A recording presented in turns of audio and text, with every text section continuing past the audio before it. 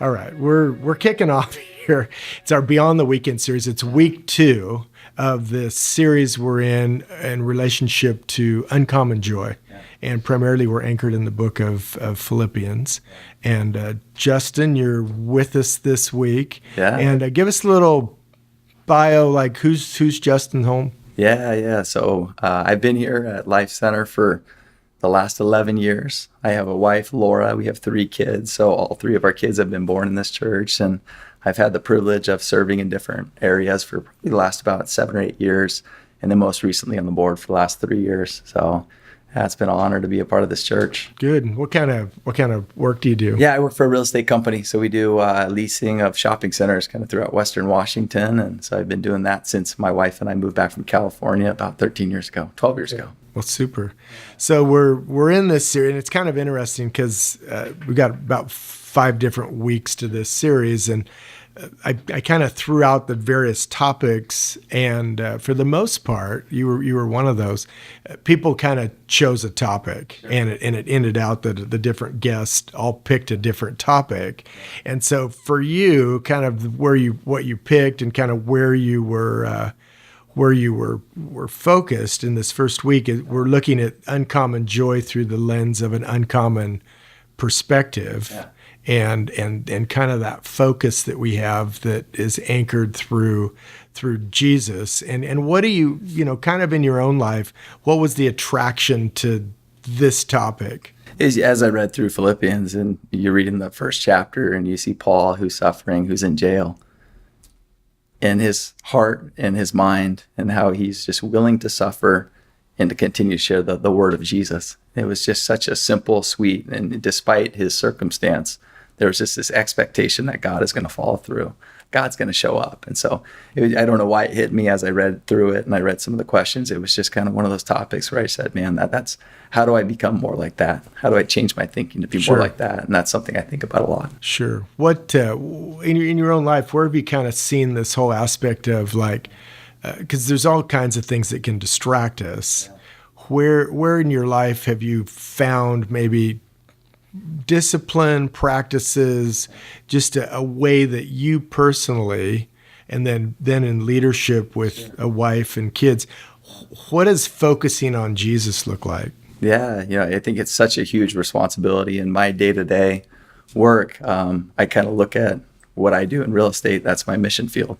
And I think for a while I struggled with that is, you have mission field and friends who are in Africa in that mission field. And I realized my mission field is interacting with, our staff, the different agents in our office, and then all the clients. And so it was just kind of this constant reminder. And as my faith has grown, as I become more and more a Jesus guy, or more in love with Jesus and more in tune with Jesus, and my heart has gone through kind of a heart transformation. I just think the awareness of this is my mission field. My family's my mission field. How am I sharing the word of Jesus despite circumstance, despite what this world might look at? And so it's a daily reminder. It's something that I have to be intentional. And there's days where I fall short, but it's something I'm very aware of daily. And I try and think about daily. Sure. Well, I like just the concept and just around, Jesus gave us that great commission.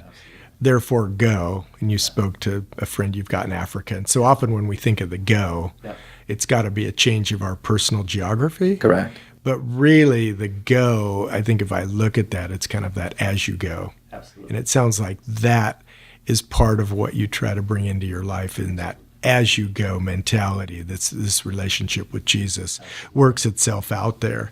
And then, when you look at Philippians, it's almost like the fortune cookies of scripture, because like about every 5th verse is just like, oh, that's awesome.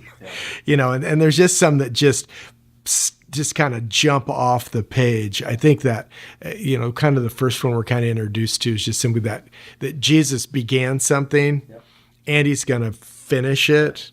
How's that play out for you? Yeah, it's just the absolute faith that God's going to show up. He's going to finish the work.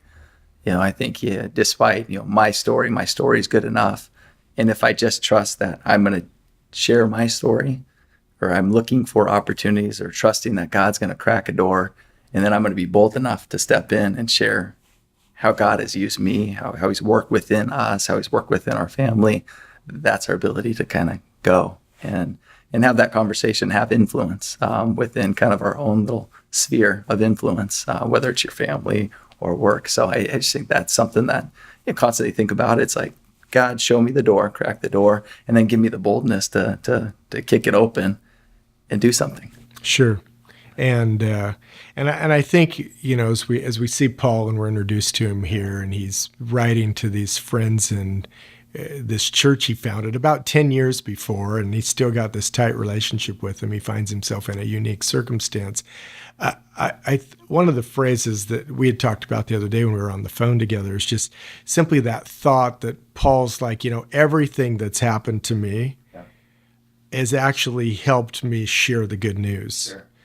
How about you? I mean, everything that's happened to you. I mean, how do you filter that thought into your life? That's a tough one to wrestle with, right? We've personally, wife and I, we've had stuff in our lives, whether it's having kids or stuff with work or things just not happening the way Justin Holmes, would want them to happen.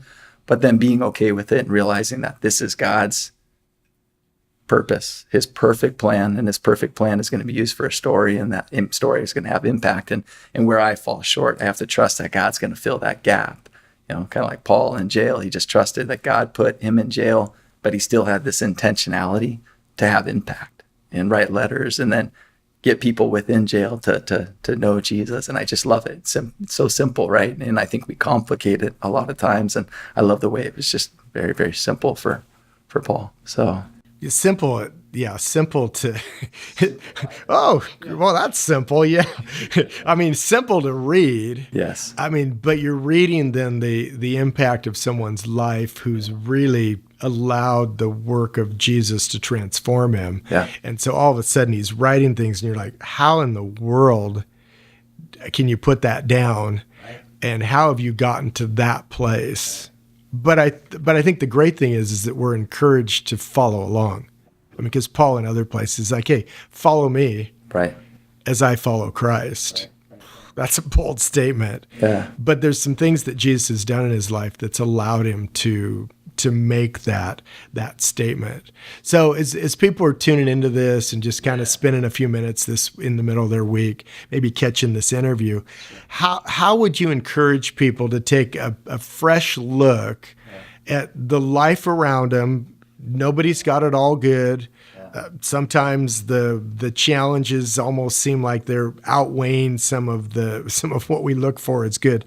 How would you encourage people this week to take life as it comes, but allow life to be filtered through what Jesus is up to, but also filtered through this opportunity that we are carriers of this good news? Yeah, absolutely. I think just trusting that God is enough. How do you change your lens, and how do I change my lens so I'm more like Jesus and I see through Jesus' lens? And so I'm aware of the opportunity, but then also realizing that there's reasons that we've dealt with what we've dealt with, and those reasons God fills a gap, and that's part of our story, and that story is going to be used to glorify his kingdom. And so I think as my lens and my faith has matured over time, my prayer constantly is that my lens is more like Jesus and less like this world. And I think the second part is despite we have prayer requests and we're called to pray and pray with expectations, and God tells us that, but also to celebrate the praises that God has blessed us with too. And I think it's so easy to bypass the praises and continue to be an asker without celebration of the praises. And so, kind of twofold: celebrate the praises, the little victories, and for me, that's God show up in a conversation with my wife. God show up in a conversation with my son. God show up in a conversation with somebody at work. And chances are when I pray that, and if I look back at the end of the day, God's somehow done what I've asked him to do. It's just we quickly glance through it and by it. And then just your story is enough. Despite your story, it doesn't have to be a grand story. That's where we have to have the faith that God's going to show up and fill the gaps and do something that God's going to do. So God is so sweet. God is so good. Good.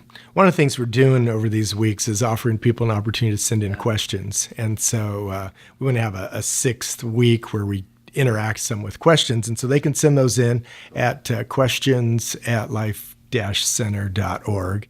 But so we're hoping to get some of those, and then we're going to interact a little bit later. But thanks so much for joining us. Hey, thank you. And I appreciate you coming in and taking the time, and blessings on you and your family and your kids, and just, the work that you're up to. Thanks, Jeff.